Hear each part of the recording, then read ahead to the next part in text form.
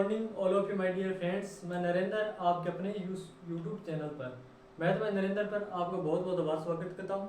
हमने जो profit and loss का जो चैप्टर स्टार्ट कर रखा है उसकी क्लास अभी तक 8 हो चुकी है। उस चैप्टर को कंटिन्यू आगे को क्लास स्टार्ट करते हैं। क्लास नंबर 9 को स्टार्ट करेंगे। जो क्वेश्चन आपको इस बोर्ड पर दिखाई दे रहा है इस क्वेश्चन हम क्लास को स्टार्ट करेंगे कंटिन्यू। इस क्वेश्चन में क्या दिया हुआ है कि a shopkeeper allows 25% discount on his advertised price and to make a profit of 25%। ये तो मेरी यार on his outlay what is the advertised price in RS on which is gain RS 6000। ये तो हमें क्वेश्चन के अंदर दिया हुआ है। पहले हमें दुकानदार ने क्या पूछा है कि कोई दुकानदार अपनी विज्ञापन कीमत पर 25% की छूट देता है। दुकानदार क्या करता है, जो वस्तु उसने मार्क कर रखी है अपने पर मार्क प्राइस उस वस्तु पर यानी अपनी वस्तु पर उस पर क्या करता है वो 25% की क्या देता है छूट देता है। 25% की छूट देता है, 75% ऑफ डिस्काउंट है ना।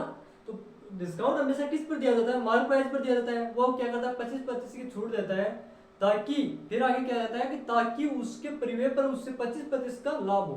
लाभ हमेशा किस पर होता है, कॉस्ट प्राइस पर लाभ होता है, प्रॉफिट होता है हमें। तो कॉस्ट प्राइस पर प्रॉफिट होता है तो कॉस्ट प्राइस वो क्या करता है कि उसे 25% लाभ हो। इस प्रकार उस पर क्या करता है सेलिंग प्राइस को वह वस्तु को बेचता है, सेल करता है। फिर आगे में किसमें क्या दिया हुआ है कि वह विज्ञापन कीमत बताइए जिस पर उसे 6000 यानी 6000 रुपए का लाभ होता है। तो हमें पहले क्या दिया हुआ है सीपी, एसपी और MP.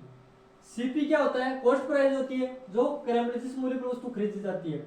Selling price SP, selling price जिस मूल्य पर वस्तु बेची जाती है। मार्क प्राइस क्या होती है, जो वस्तु पर अंकित की जाती है। मार्क यानी वस्तु पर जो मार्क अंकित किया जाता है उसे हमें क्या कहते हैं, मार्क प्राइस कहते हैं।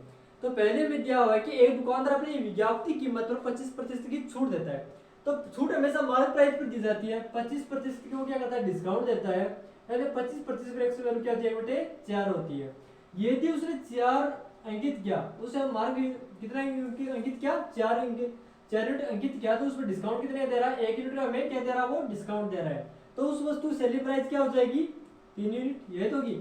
यदि उसने 4 रुपए अंकित किया उस पर तो 1 का डिस्काउंट दे दिया तो उसकी सेलिंग प्राइस कितनी हुई 3 यूनिट, ये तो होगा। फिर आगे में क्वेश्चन में कह रहा है कि वो 25% का लाभ हो। वो उस वस्तु किस प्रकार बेच रहा है कि उसे 25% का प्रॉफिट हो। यदि वस्तु फिर उसी प्रकार है वो 25% का प्रॉफिट हो। यदि उसने वस्तु 4 रुपए में खरीदी यानी कॉस्ट प्राइस उस वस्तु को 4 रुपए में खरीदा, ये तो कह रहा आगे फिर दिया कि 25% का प्रॉफिट हो। यदि उसने क्या किया उसने 4 रुपए में कोई वस्तु खरीदी और उसको कितने प्रॉफिट पर बेच दिया, 1 यूनिट के प्रॉफिट पर बेच दिया। ये तो हुआ, बेच दिया तो उसे कितने का प्रॉफिट या लॉस हुआ, ये तो बता पूछ रहा है उसके अंदर।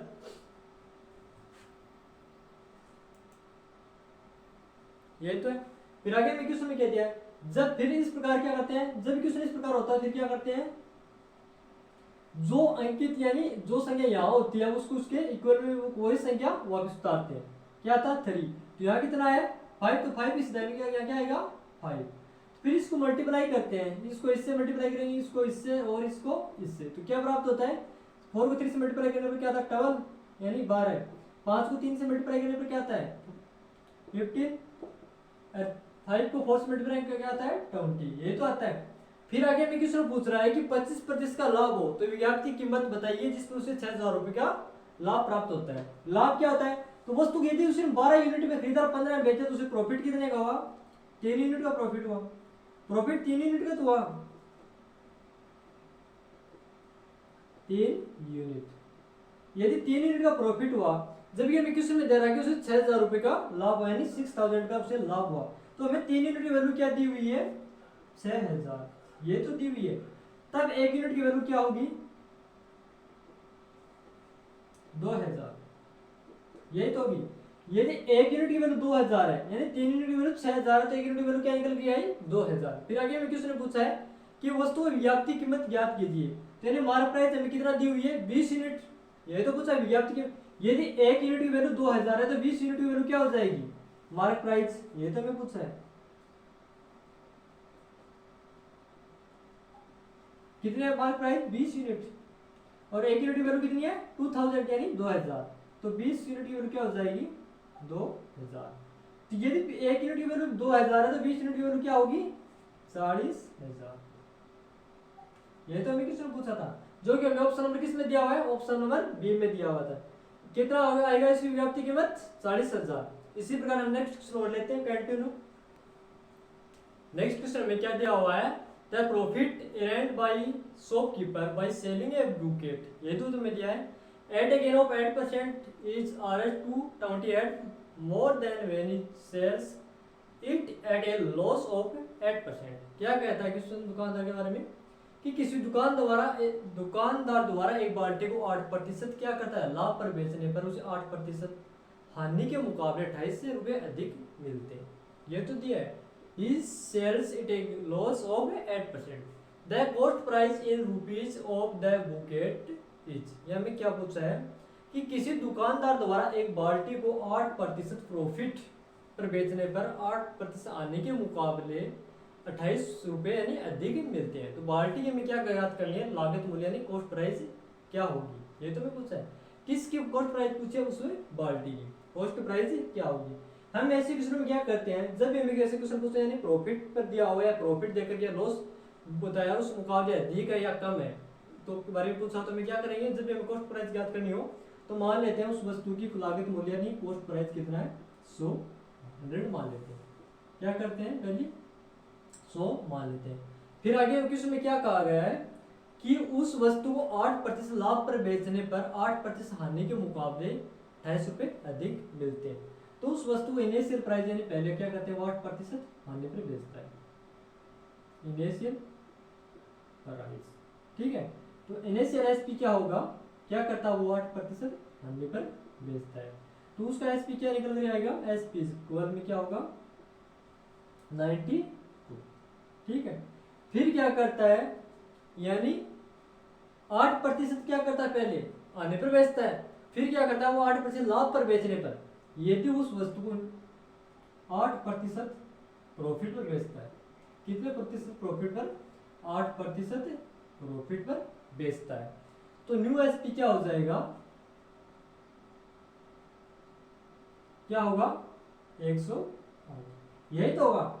जबकि हमें क्वेश्चन में क्या दिया हुआ है कि हमें क्वेश्चन में क्या दिया हुआ है कि 28 रुपए अधिक मिलते हैं, कितने पर 28 रुपए अधिक, यदि वो 8% लॉस पर बेचता है तो उसका एसपी क्या हो जाता है 92, जबकि 8% प्रॉफिट यानी बेचता तो उसका न्यू एसपी कितना हो जाता है 108, ये तो होगा 108 हो जाता है। जबकि क्वेश्चन में मैं क्या कह रहा है कि वो इसको कितने यानी रुपए अधिक मिलते हैं, यदि उसके आने के बजाय इतने 8% प्रॉफिट बेचता है तो उसको कितने अधिक मिलते हैं, 28 रुपए अधिक मिलते हैं। जबकि क्वेश्चन से हमें क्या प्राप्त होता है कि 16 यूनिट अधिक मिलते हैं, 16 यूनिट तो अधिक तो मिलते हैं, 92 और 108 का डिफरेंस कितना होता है 16 यूनिट।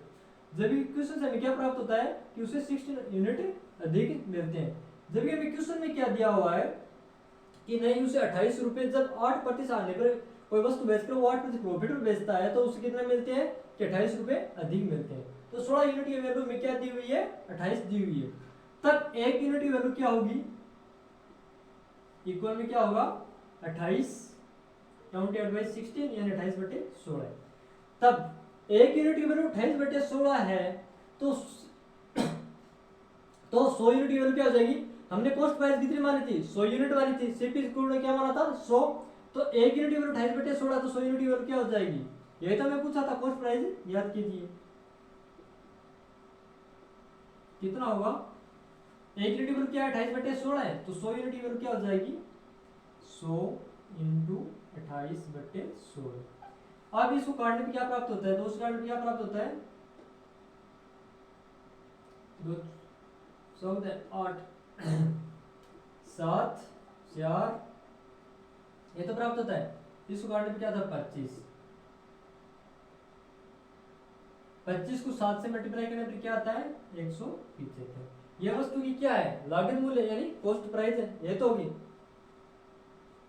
ये तो हमें क्वेश्चन पूछा था जो कि ऑप्शन नंबर किस में दिया हुआ है, ऑप्शन नंबर सी में दिया हुआ है।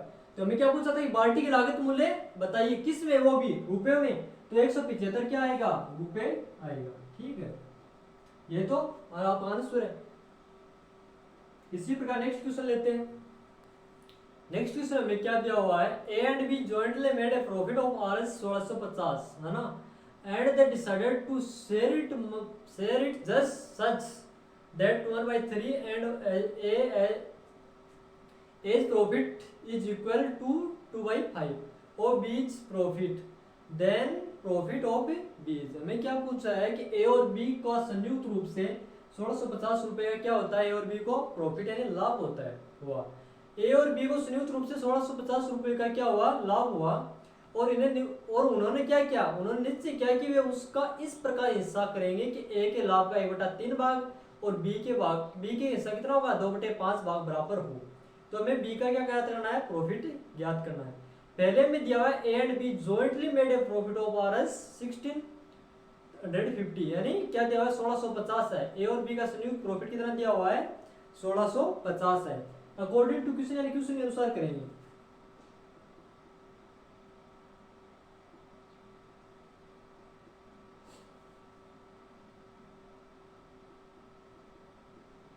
क्या करते हैं, पहले कि उसने क्या दिया हुआ था कि वे क्या करते हैं, उसका इस प्रकार हिस्सा करेंगे कि A के लाभ का 1/3 भाग और B के लाभ का कितना 2/5 भाग क्या है, उसके इक्वल है।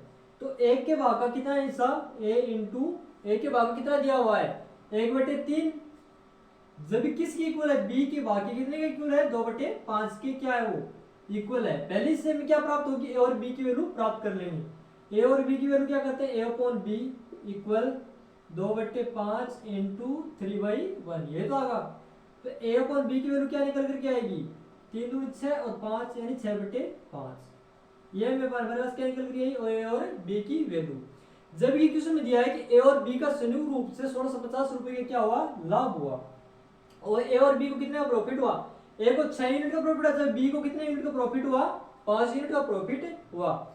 तब जब ये क्वेश्चन में दिया हुआ है कि A और B को संयुक्त रूप से कितने का प्रॉफिट हुआ, 1650 रुपए का प्रॉफिट हुआ तब हम इस क्या ज्ञात करेंगे, एक यूनिट की वैल्यू ज्ञात कर लेंगे। A प्लस B यानी A और B को संयुक्त रूप से कितने प्रॉफिट हुआ, A plus B equal 11 unit, जबकि 11 यूनिट की वैल्यू में क्या दी हुई है 1650, ये तो मैं दी हुई है। A और B को संयुक्त रूप से कितने का प्रॉफिट हो रहा है, A को 6 यूनिट का, जब B को 5 यूनिट का, टोटल कितने का प्रॉफिट है 11 यूनिट का। जबकि क्वेश्चन में क्या दिया है कि उसको A और B को संयुक्त रूप से 1650 रुपए का क्या हो रहा है, प्रॉफिट हो रहा है। तब एक यूनिट की वैल्यू ज्ञात कर लेंगे। फिर एक यूनिट की वैल्यू कैसे हो ज्ञात होगी, 1650/11 क्या आएगा, 11 11 पंजो 5 11 पंजो 55 यानी 150। तब एक यूनिट की वैल्यू हमारे पास क्या निकल के आई, 150। फिर आगे हमें क्वेश्चन पूछा है कि बी का प्रॉफिट ज्ञात कीजिए, बीज प्रॉफिट, यह तो पूछा है कि बी को कितने का लाभ हुआ, ये पूछा है बी का प्रॉफिट। तो एक यूनिट की वैल्यू क्या है 150 है, जो बी की कितने यूनिट का प्रॉफिट हो रहा है 5 यूनिट का।